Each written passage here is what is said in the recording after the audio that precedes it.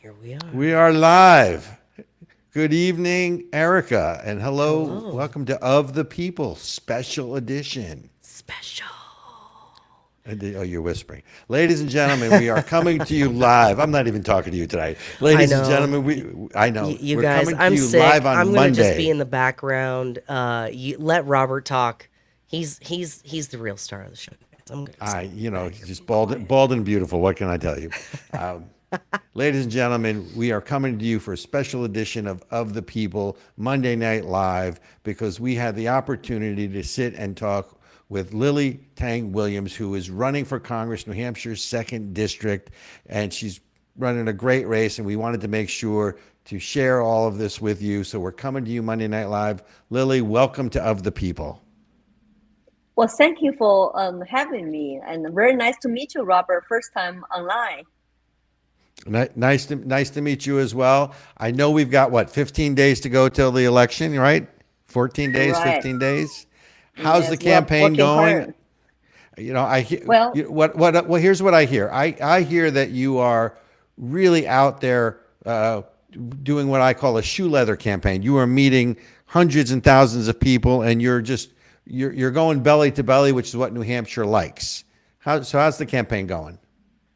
Well, it's grassroots level is doing very well, and I have been going out almost every day, and we have a huge grassroots team who is doing the phone banking and door locking and the put up signs and go to events. I'm going to 4 colleges coming up, and my opponent will not debate me on college campuses. So our first college town hall is coming up next Wednesday night at the Plymouth State University. Plymouth State? Yeah, Plymouth. Yes, Plymouth State. What time? And hosted by Student Senate. And it will be, I think it's 8 to 10. Hopefully students will stay. We will do like a 1-to-1 or afterwards. But the official town hall is 8 to 9 p.m. And will your opponent, Maggie Goodlander, right? Will she be there as well, or she just won't even appear on the same stage with you? Well, her campaign rejected the college Democrats' invitation jointly with the college Republicans. And then when Adam Sexton asked her that on the closing up, she said, I'm not sure about the details. Then later, they made the supplement information. That did not work that day. So we invited her to come anyway to debate me, but she's going to do her separate town hall, I heard. Just like a Plymouth and Dartmouth College, who invited her for 4 weeks. Then she went to did her own thing with the college Democrats at Dartmouth and left a conservative union students organization hanging there waiting for 4 weeks. And now there'll be no debate. And I don't know how you can talk about your top issue is protect democracy when you don't want to give a student opportunity to listen to both sides to hammer it out on issues and policies. I call her out on that. She is afraid of me, or she does not respect our students. The right to know, the right to make well-informed decisions and who they should vote for. Well, it's interesting you should bring that up because obviously Maggie Goodlander was just senior advisor in the White House. So she pretty much reflects the Biden-Harris policy, certainly on international relations, right? And even domestically, look at Vice President Harris. I don't think she's done a press conference since she's been the nominee. So why should one of her acolytes or one of her underlings be any different? Just my opinion. But I want to go to, for our listeners who may not know you well, you have just an incredible life story. You grew up in China. You came to the States in the 1920s. You lived through Mao's Cultural Revolution. I actually had read your speech in 2021 at Heritage, which was, I guess, the 30-year fall of communism, as I recall, right? But one of the things you say on the campaign trail, because I have followed you, on the campaign trail, is that you're worried that this country is following in the same footsteps based on sort of the victimization or oppressor versus oppressed, sort of a traditional communist ideology that most Americans because they're not schooled in it, don't see. So talk a little bit about your experience in growing up during the Cultural Revolution and the differences coming here. Yes, I was 2 when Mao started his Cultural Revolution. I was 12 when he died. So I grew up under his regime, and I saw with my own eyes that destruction of the 4 O's. He used the young people called the urban youth red guards to help him to achieve absolutely godlike leader, supreme leader status. He divided the Chinese people because we all look like and speak the same language, but he used traditional Marxism, divide people into oppressor. So 5 black classes under oppressor and 5 red classes under oppressed, and get them to hate each other and fight each other tooth and nail. And I saw that with my own eyes in this country. It's happening, and I don't like it because I try to warn people. This kind of identity politics I saw before in Mao's China is now it's called a cultural Marxism in United States. I don't like that because I came to this country truly believe all men are created equal, and we have the civil rights movement, and where they went past, before that, people still want us to focus on race and skin color, who is oppressed and who is oppressor.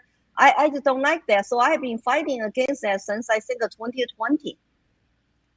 So, Lily, it's what you said just really struck me. It's like it's just another name, right? So they're taking the same really kind of sick ideology, and they've basically just put a new wrapping on it and are trying to repackage it. I call that communist tactic because if regular people are united and treat each other with respect and we're not each other's enemies, and they cannot divide us and they cannot gain absolute power. That's why I call that it is a tactic of the communists, Marxists. They have to divide the people. They have to use identity politics to grab power and stay in power and get votes. So no matter how successful they are, you notice some people, even minorities, they're very successful. Harris is vice president running for president, but all they do is demonize America and play victims and call out people who disagree with them, racist and bigots, and label them. It's the same thing I saw in China. It's harder for them, I guess. They can still call me anti-democracy extremist. I love freedom. I survived communism. I come here to live for better opportunities under freedom. And they label me too, but nobody can buy that. Maybe they don't. I would say you don't like the minorities running for office, huh? That's how tolerant you are. Use it against them. I love it. Yeah. So let's bring and that's helpful. Thank you for sharing that. So let's bring this back to sort of the New Hampshire campaign trail. What are you seeing in New Hampshire that what do you think the main issues are? Because one of the things that surprised me in the primaries, right, was that the number one issue, usually the economy, was really immigration or the question of illegal immigration. But I'm not on the campaign trail like you are. I'm not, knocking on doors every day. What issues are you finding are most important to the people of New Hampshire this cycle? Well, it is still number one: inflation, economy, energy costs, and people cannot afford everything. It's just from food to heating oil, and to health care, to child care, and senior care. Everything is gone up. And the young people cannot afford to buy, to rent, and they feel like they cannot have a shot at the American dream. It's very sad to hear that. But my opponent and Democrat typically don't blame themselves, cause this problem as one part of the failed Biden-Harris administration. They always blame corporations. It's like you cause the problem by printing money and borrowing money, drive up inflation and drive up interest and mortgage rate. Of course, people cannot afford things, but they want to use the, like a propaganda to blame corporations because their business exists to make profit. They have to sell something to make a profit. Otherwise, they will file bankruptcy. But the federal government can keep printing money and can blame other ones and who actually are part of victim themselves because of high inflation and the bad economical policies by our politicians. So I always tell people I will try to balance budget, cut spending, freeze the hiring, and even pay down national debt. We are $35 trillion in debt. The high interest payment to service debt is $1 trillion, bigger than our defense budget. That take away lots of our options, and our kids' future is at stake here. So I'm hoping that by address those issues, offer my proposals and my solutions, of course, bring everybody to the table, do something good for our country and for our people. One of the things I also saw on your website is that you're in support of term limits for Congress, which obviously career politicians, I think, is what's caused some of this problem to begin with. Eric and I have talked about it a lot. So talk a little bit about that, because I think as you're on the campaign trail, it's important for people to know that, you're not going to Washington to, live off the dole, if you will, or feed on the carcass of government. You're there to accomplish something, and I think that speaks to term limits, does it not? Talk about the support for term limits, if you could. Well, that the founding fathers are intended for all the politicians to go to Congress and really serve the people. And, I believe that the government of the people, by the people, for the people. And lots of people don't vote. I heard some people say we already gave up on DC and they don't represent us. Our voice not heard. It's useless for me to even vote. And they even say, you're the first politician, look into my eyes to talk to me. I said, I'm not a politician. I say, I'm running because I'm an immigrant turned American citizen. And I'm running to save America and save my children's American dream. And of course, I support limit of politicians. And because when they are there forever, they tend to forget about the people who elect them. They've been swamped for too long, and they vote, work with special interests and lobbyists, and the bills they don't read, they just vote for it because they were told to, and they're worried about re-election every 2 years, and who knows what else, that people maybe have dirt on them. They cannot stand up, have backbones against the out-of-control spending. And I don't know. I'm still outsider. I'm total outsider. The only position I was elected in New Hampshire was a supervisor of checklists in my town. And I truly wanted to serve people because I love this country. I love New Hampshire. I wanted to serve them, give back. I feel very welcome here. And the people, my Chinese friends even said, why did you move to New Hampshire? There's so many white people. I said, so what? I'm not discriminated here. I feel very welcome.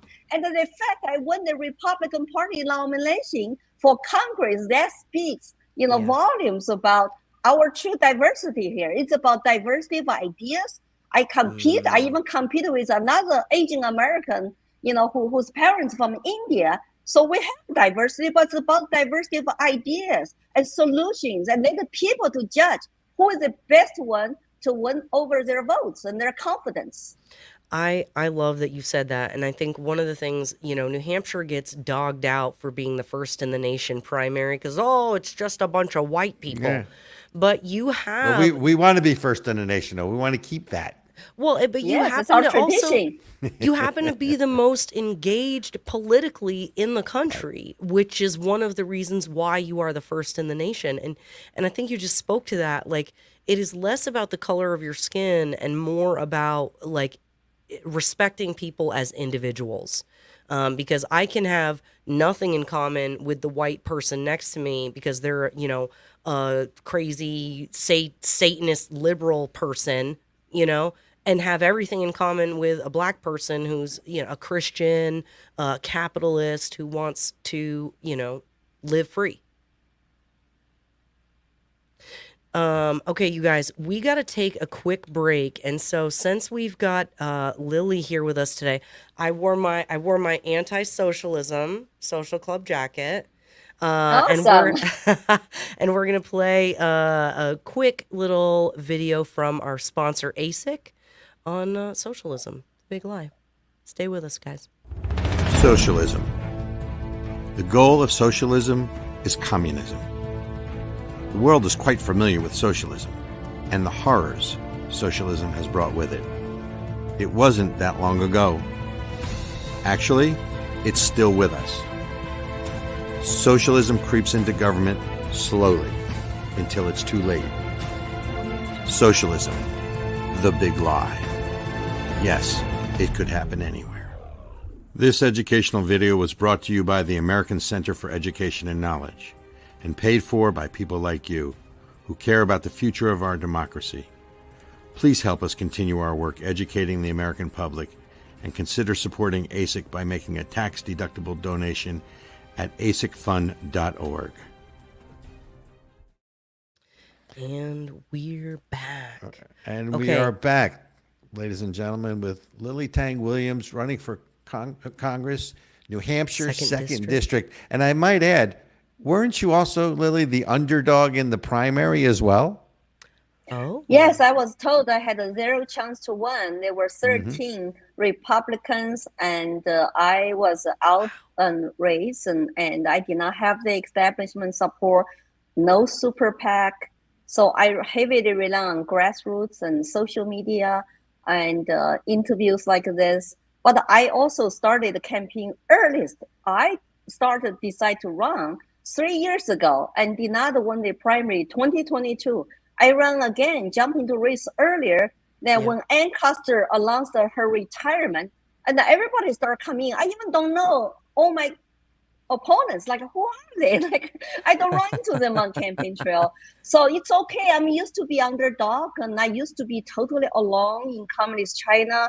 When I was so afraid somebody could report me to the authorities, I could not, escape and come to this country legally as a graduate student. Because I had to promise I would go back, and otherwise, I might not be allowed to go quit my job and get my passport. I did not own myself. That's what people don't understand. When you live a totalitarian country, you don't own yourself anymore. You don't own your children. You don't own your properties. It's only after economic reform, after Mao's death, under Deng Xiaoping, China started to adopt a little bit market economy. And the people got richer and the economy got bigger. But unfortunately, it's going backwards under new leadership of Xi Jinping.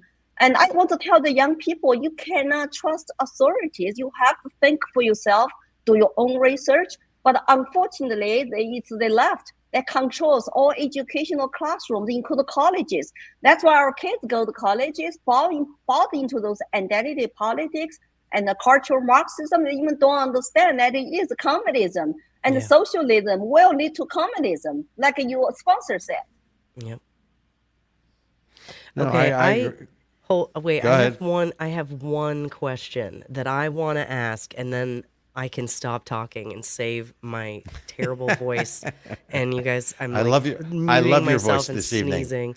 I love your voice this evening. So, Lily, your opponent is kind of is carpetbagger the right word to use? She's from New Hampshire originally, but hasn't lived there in many years, and it kind of looks like the establishment basically moved her back there to run for this office. And we saw that she can win, right? She can win, so we're moving her back there. Basically, exactly. They did the same thing with Molly Gray in Vermont. She was a a whatever, and then they moved her back, and anyway. So what is that like when you're not even really running against somebody who seemingly doesn't seem as invested in New Hampshire as you are? I'm making a speculation. Well, that's what I found out. Maggie Goodlander is married to National Security Advisor Jake Sullivan, and she worked for Biden as top lawyer, and also worked for DOJ, Merrick Garland, and her husband actually worked for Obama, and they all are part of this field. So she is Biden-Harris administration. And Hillary Clinton endorsed her. George Soros family members give her maximum donations. I feel like I'm just little cabbage, and the survivor of communism is running against a powerful machine right now. I even don't know, David and Goliath. Those people. So she's got millions dollars and moved back a few months ago, and had a huge victory on the primary night. And her family were very wealthy in New Hampshire. So, but she did not use her either grandfather's name with Tempose or her husband Jack Sullivan's last name. So lots of people might not know like who I'm running Wow. against. And so I feel like people need to know the truth, because the truth shall set people free to analyze, to Wow. say, hey, who do I trust? Some outsider who live in Ware, New Hampshire for past 5 years, who have done lots of community work, and who knows the sufferings we're going through, the impact of open border policies and failed foreign policies. The world is on fire. I have senior citizens tell me they're so worried about the World War III, potential nuclear war, and worried about their children, their grandchildren's future. So like now I feel like I'm really not running just against a 37 years old young woman, and who worked for Biden, who loves Biden Harris, but actually I'm running against like Obama's, Clinton's, and George Soros, like why they don't like a communism survivor to go to serve in the Congress. What a tremendous American dream story that will send a very powerful message to people all over the world. This is the best country, no matter where you come from. You can be successful and live American dream and even running for Congress. But obviously, because my ideology does not line, in line with theirs, and they want me to lose. They want her to come here, basically steal the seat. I don't know how long she's going to be in D.C. after she wins this, and I'm really worried. And then people need to know the truth. Yeah. Well, the one thing I will say about New Hampshire voters is, and Ericka, you brought this up before, Lily, as you know, having been on the campaign trail now 2 cycles, they're very informed voters. They're not afraid to split tickets. They are independent. They make their own decisions. And just like I think you were an upset in the primary where you weren't expected to win and you pulled it out, I think there's a very good chance. I'm not predicting. I'm not. I don't have a crystal ball, but I think there's a very good chance that maybe there is an upset coming here, because the people of New Hampshire are fiercely, fiercely independent. Again, as we mentioned, before the show started, I grew up in New Jersey, which is sort of Tammany Hall Redux, right? It's the political machine in New Jersey. New Hampshire's not that way, and it's very informed citizens. So, in closing, because we know you have to go, number one, where's your website? Where can people find out? And what's the one thing you want when the people walk into the voting booth and they have to make a decision on New Hampshire 2? What's the one thing you want them to think about before they cast their ballot? Well, my website is lilytangwilliams.com, and under Lily for Congress link, you can find out my issues, priorities, solutions, and the policy stand. And also under blog, you will see all my interviews, all the articles I published for past 11 years. I have been fighting for individual rights and liberty in this country for 11 years. Since I started in Colorado. So I always tell people that I embrace American ideals and the U.S. Constitution, Declaration of Independence, and brought me to this country. I want the people to do their own research. Don't just buy into my opponent's attacks and labeling me as extremist, because if I love freedom, American ideals, I'm a lot better than a leftist Marxist who wants to use identity politics, divide our people, and open borders, and to destroy Americans, the culture here. Our people feel like the border issue is also very important, because illegal immigration has come here, brought crimes and high inflation and draining community resources. And also it's a slap in the face for all the illegal immigrants like me, who follow the laws and are still waiting in line. There are 5 million of them. So people want to secure the borders. I always tell them I'm the best person to go through the entire process of legal immigration. I know how to fix this problem. Also, people don't want our country to become socialist, communist country. I tell people, I smell one communist, I will recognize them, I call them out, because I lived it. I lived under their terms and regimes. I know what's like. So if we don't want our country to go down that path, I'm the best one in the U.S. Congress. to fight their back and call them out to stop the socialism and the communism in this country. Lily, thank you so much for taking time off the campaign trail. That was excellent. Ladies and gentlemen, we have had the distinct honor of talking with Lily Tang Williams, running for the House, New Hampshire 2. Don't forget, go vote. Election is 14 or 15 days away, depending on who's counting, but it is November 5th, and it is Tuesday. Lily, thank you so much. We wish you luck on Election Day. Yes, and thank you, Lily. Please come back afterwards, and we hope to welcome you as Congresswoman Lily Tang Williams. Amen. Thank you so much. I appreciate it. I'm optimistic. I believe the people to decide. Amen.